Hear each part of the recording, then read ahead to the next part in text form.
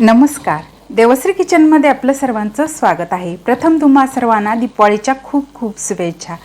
दिवाळीच्या बऱ्याचशा रेसिपी मी तुम्हाला दाखवलेल्या आहे आणि आज मी तुम्हाला आचारी पद्धतीने शेव कशी बनवायची ते दाखवणार आहे. तर आमच्याकडे आचारी मावशी आलेले आहेत, त्यांच्याकडून मी 1.5 शेराचे बुंदीचे लाडू करून घेतले. त्याचबरोबर आज 1.5 शेराची शेव कशी बनवायची ते दाखवणार आहे. तर परफेक्ट प्रमाण घेऊन त्यामध्ये परफेक्ट खमंग खुसखुशीत शेव कशी बनवायची ते आज आपण पाहणार आहे. तर अगदी सहजरित्या ही शेव आचारी बनवतात. तर सहसा आपल्याकडून शेव ही थोडीशी कडक होते किंवा तेलकट होते. तर त्यासाठी काय करायचं हे आपण आचारी मावशी कशा शेव बनवतायत त्यातून पाहणार आहे. तर अगदी परफेक्ट खमंग खुसखुशीत अशी शेव आज त्या आपल्याला बनवून देणार आहेत आणि अगदी साधी सोपी रेसिपी आहे. पटकन काही मिनिटात तुम्ही म्हणाल खूप सारी शेव त्यांनी केलेली आहे. तर त्यांचा रोजचा सराव आहे, प्रॅक्टिस आहे, त्यामुळे त्या पटपट बनवतात. तर तुम्हाला त्या पद्धतीने कमी क्वांटिटीमध्ये सुद्धा शेव बनवता येईल. त्यामुळे ही रेसिपी मी तुम्हाला अगदी स्टेप बाय स्टेप दाखवलेली आहे. रेसिपी पूर्ण पहा. आवडल्यास लाईक शेअर नक्की करा आणि त्याचबरोबर तुम्हाला जर माझ्या रेसिपी आवडत असतील तर माझ्या चॅनलला सबस्क्राईब करायला विसरू नका. त्याचबरोबर तुम्ही इंस्टाग्रामवरती असाल तर इंस्टाग्रामवरती मला फॉलो करा. इंस्टाग्रामची लिंक मी खाली डिस्क्रिप्शन बॉक्समध्ये दिलेली आहे, तुम्ही नक्की पाहू शकता. चला तर मग रेसिपीला सुरुवात करूया.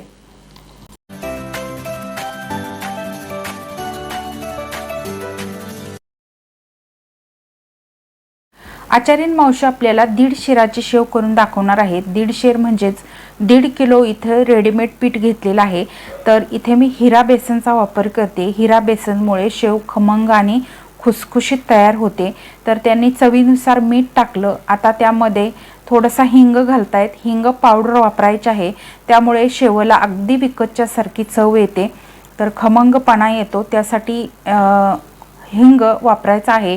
1 किलोसाठी 1 चमचा असं हिंगाचं प्रमाण घ्यायचं आहे आणि चवीनुसार यामध्ये तुम्ही मीठ घाला. तुमच्या आवडीनुसार तुम्ही यामध्ये मिठाचं प्रमाण कमी अधिक करू शकता. काही जणाला थोडीशी जास्त मीठ असलेली शेव आवडते, तर काही जणाला कमी मीठ असलेली शेव आवडते. तर यामध्ये त्यांनी थोडं थोडं पाणी घालायला सुरुवात केलेली आहे आणि याचा घट्ट असा गोळा त्या मळून घेणार आहेत. तर सुरुवातीला अगदी थोडं थोडं पाणी घाला, म्हणजे घट्ट गोळा मळून घ्यायचा आणि नंतर त्यावरती थोडं थोडं पाणी घालून त्यांनी मऊ असा हा गोळा तयार करून घेतलाय. तुम्ही पाहू शकता, खूप घट्ट नाही आणि खूप पातळही नाही, असे मीडियम असा त्यांनी हे पीठ मळून घेतलेलं आहे. आणि त्या आता वरून थोडंसं पाणी लावतायत, कारण हे पीठ त्या थोडा वेळ भिजवायला ठेवणार आहे, भिजत ठेवणार आहेत. आणि साधारण 1 तास त्यांनी पीठ भिजवून घेतलं. आता त्या तेल ओततायत. तर शेव करण्यासाठी त्यांनी पसरट पाटीचा वापर केलेला आहे, तुम्ही पाहू शकता. त्यामुळे शेव अगदी पाटीत चहू बाजूनी पसरते आणि मोकळी सळसळीत होते. आता 1 तास पीठ भिजवून घेतलं. आता त्यांनी परत पाण्याचा हात लावून हे पीठ चुरायला सुरुवात केलेली आहे, तुम्ही पाहू शकताय. पिठाची कन्सिस्टन्सी कशी आहे तुम्ही पाहू शकताय. अगदी खूप घट्टही नाही आणि खूप पातळही नाही अशी केलेली आहे. आणि हा आचारी पद्धतीचा सोऱ्या आहे, शेवगा आहे. खूप मोठा असा हा शेवगा असतो, त्यातून भरपूर शेव होते. त्यामुळे हे असे मोठे शेवगे वापरतात. आणि त्यांनी हा शेवगा एकदाच गच्च भरून पीठ भरून घेतलं. त्यामध्ये 2 वेळा शेव होते आणि भरपूर शेव होते. त्यामुळे एक शेवगा जरी भरून घेतला तर साधारण 1 किलो एवढी शेव त्यातून होते. त्यामुळे त्या एकदाच हा शेवगा भरून घेत आहेत आणि त्यांनी व्यवस्थित शेवगा हा भरून घेतलेला आहे. पीठ अगदी शेवग्यामध्ये दाबून दाबून भरलेलं आहे. आणि हे जे वरचं झाकण आहे त्याला एक त्यांनी कापड लावलेलं आहे, कारण पीठ बाहेर येऊ नये म्हणून त्यांनी हे कापड लावलेलं आहे. आणि तेलसुद्धा छान गरम झालेलं आहे. तेल कडकडीत गरम करून घ्यायचं, ही एक टीप आहे, लक्षात ठेवा. तेल खूप गरम असेल तरच शेव आपली मोकळी आणि खूप तेलकट होत नाही, तर अगदी छान मोकळी सळसळीत होते. आणि इथे तुम्ही पाहू शकता त्या कशा पद्धतीने शेव करतायत. तर शेवगा पूर्ण तेलामध्ये त्यांनी बुडवला आणि नंतर वरून हा शेवगा प्रेस केलेला आहे.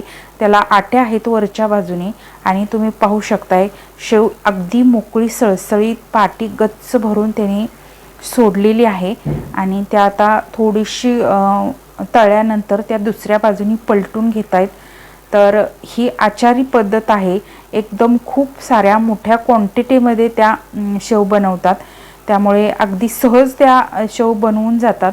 त्यांना खूप सराव आहे, गावभर त्या असे शेव आणि लाडू बनवत असतात, त्यामुळे पटपट त्यांची शेव बनवून होते।